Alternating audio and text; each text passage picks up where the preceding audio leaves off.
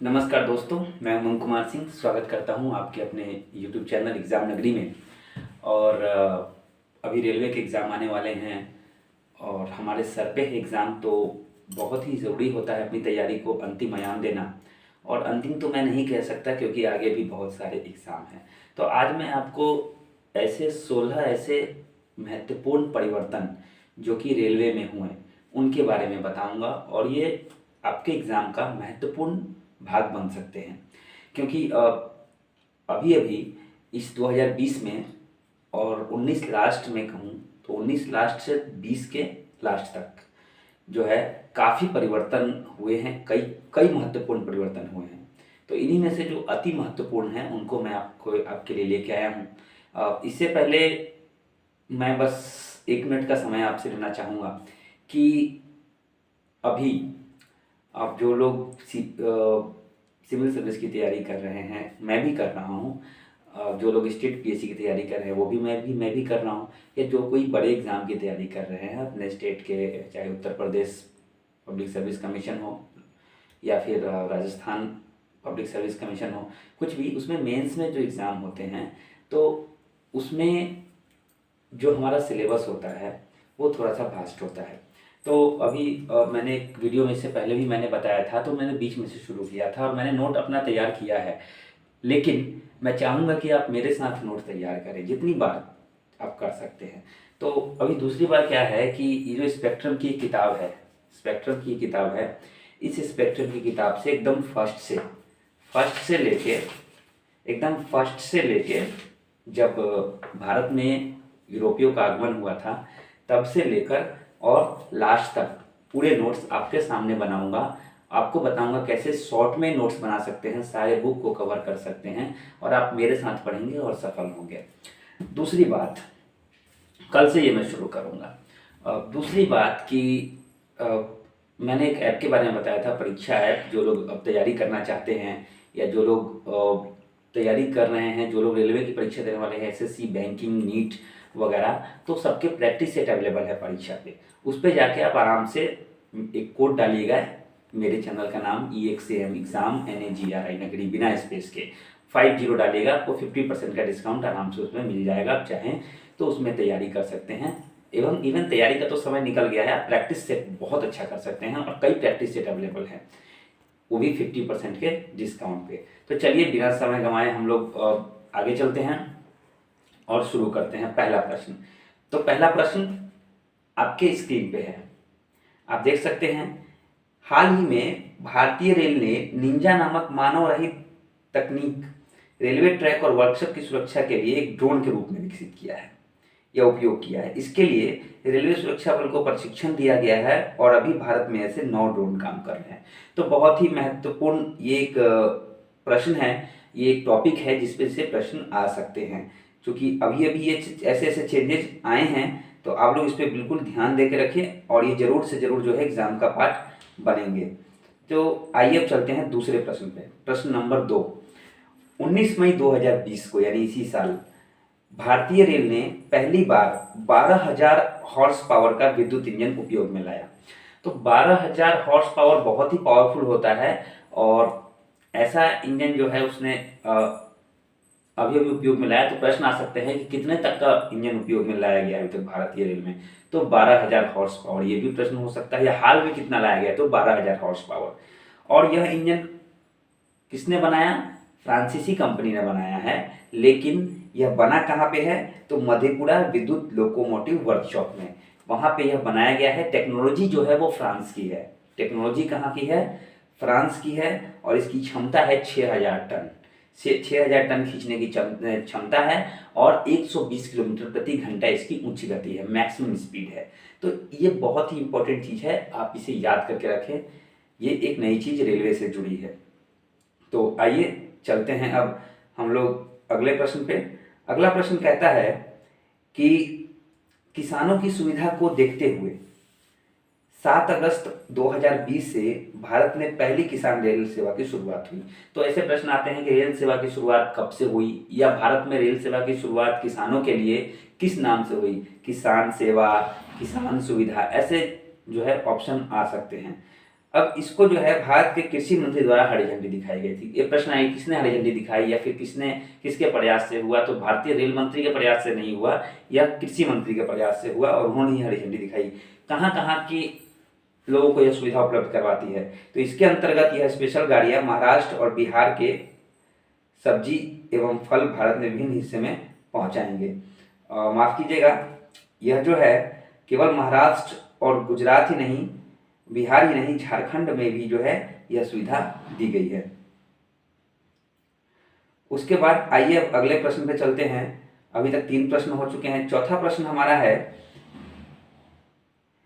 2 जुलाई 2020 को भारतीय रेल ने भारत की सबसे लंबी मालगाड़ी दक्षिण पूर्व मध्य रेलवे जोन में चलाई। अब यह प्रश्न आ सकते हैं कि भारत में सबसे लंबी रेलगाड़ी किस वर्ष चली, तो सबसे लंबी रेलगाड़ी जो है आपकी किस वर्ष, तो 2020 में चली और कहाँ से कहाँ तक चली, तो पूर्व मध्य रेल में चलाई गई थी। कहाँ से कहाँ तक नहीं, क्योंकि उसमें रेगुलर चली थी तो कोई फिक्स स्थान नहीं है, लेकिन दक्षिण पूर्व मध्य रेलवे जिसका जो मुख्यालय आई थिंक बिलासपुर है, तो वहाँ पे चलाई गई थी। इस रेलगाड़ी में 251 डिब्बे थे और इसकी कुल लंबाई 2.8 किलोमीटर थी। 2.8 किलोमीटर, याद रखिएगा, बहुत ही इंपॉर्टेंट यह प्रश्न है। अगला प्रश्न, वंदे भारत एक्सप्रेस दिल्ली से कटरा स्टेशन के बीच चलती है। ये प्रश्न आ सकते हैं, वंदे भारत कहाँ से कहाँ चल रही है। अभी एक और चल रही है ऐसी ही ट्रेन, अब दिल्ली और वाराणसी के बीच में चल रही है, दिल्ली एवं वाराणसी के बीच में। इस रेलगाड़ी की उच्चतम स्पीड कितनी है, 160 किलोमीटर प्रति घंटा। जी हाँ, इसकी उच्चतम स्पीड जो है वह कितनी है, 160 किलोमीटर प्रति घंटा। तो बहुत ही महत्वपूर्ण प्रश्न हो सकता है, हालांकि आप लोग इसे पहले से भी जानते होंगे, लेकिन इस तरह के प्रश्नों को रिव्यू करना बेहद जरूरी है। अगला प्रश्न, भारत की पहली रेस्टोरेंट ऑन व्हील, मतलब एक ऐसा रेस्टोरेंट जो कि रेलवे के डब्बे के अंदर है। रेस्टोरेंट ऑन व्हील कहाँ पे है, आसनसोल जंक्शन पे है और वहां पे जो है भारतीय रेल द्वारा लॉन्च किया गया है। तो बहुत ही इंपॉर्टेंट प्रश्न जो है ये हो सकता है। अगला, रेल मंत्रालय अब रेलवे सुरक्षा बल का नाम बदलकर भारतीय रेलवे सुरक्षा बल सेवा रख दिया है। आरपीएफ आप लोग जानते होंगे, रेलवे प्रोटेक्शन फोर्स, अब यह नाम चेंज हो गया, वो गया है Indian railway protection force services. तो इस तरह का अब इसे क्लास 1 की कैटेगरी में रख दिया गया, प्रथम श्रेणी में रख दिया गया है। और प्रथम श्रेणी मतलब प्रथम श्रेणी के से भी जो, ऐसा नहीं कि मतलब रेलवे के सिपाही होंगे आरपीएफ के वो भी ए ग्रेड के होंगे, ऐसा नहीं है, वो अपने ग्रेड में रहेंगे। लेकिन पहले इसमें क्लास ए से डायरेक्ट भर्ती उसमें नहीं होती थी, अब जो है डायरेक्ट क्लास ए ऑफिसर उसमें जाते हैं। और इसकी स्थापना जो है, आरपीएफ की स्थापना हुई थी रेलवे सुरक्षा बल अधिनियम 1957 के अंतर्गत 1958 में हुई थी। तो इसको आप लोग ध्यान में रखेंगे। अगले प्रश्न पे चलते हैं। प्रश्न नंबर 8 है, देखिए सभी प्रश्न इंपॉर्टेंट है, आप लोग इसे हमेशा याद करके रखें।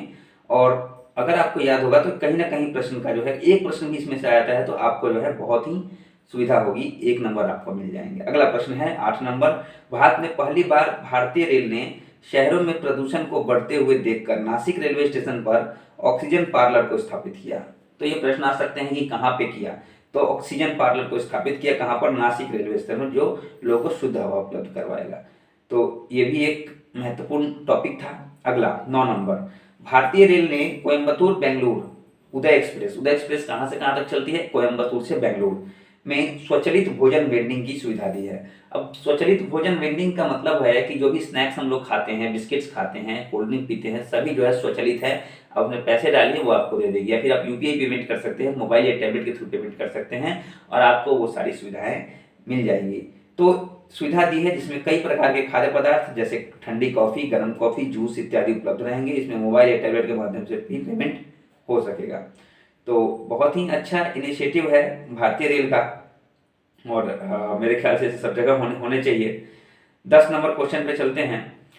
24 जून 2020 को, इसी साल 24 जून 2020 को भारतीय रेल ने गरीब कल्याण रोजगार अभियान वीडियो कॉन्फ्रेंसिंग के माध्यम से शुरू की, जो कि उत्तर प्रदेश, मध्य प्रदेश, राजस्थान, बिहार, उड़ीसा और झारखंड के हजारों श्रमिकों को अस्थायी रोजगार उपलब्ध करवाएगा।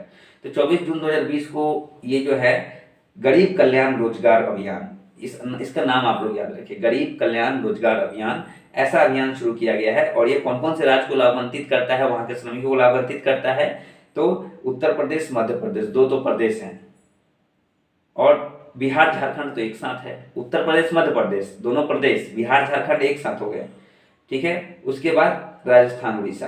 तो जहाँ यहाँ के जो श्रमिक हैं, जितने भी श्रमिक हैं, माइग्रेंट्स हैं, उनको अस्थायी रोजगार, मतलब परमानेंट नहीं लेकिन टेम्प्रोरी, उनको डेली काम कीजिए, डेली पैसा लीजिए, इस तरह का वो जो है काम उपलब्ध करवाते हैं। अगले नंबर 11 नंबर क्वेश्चन पे चलते हैं।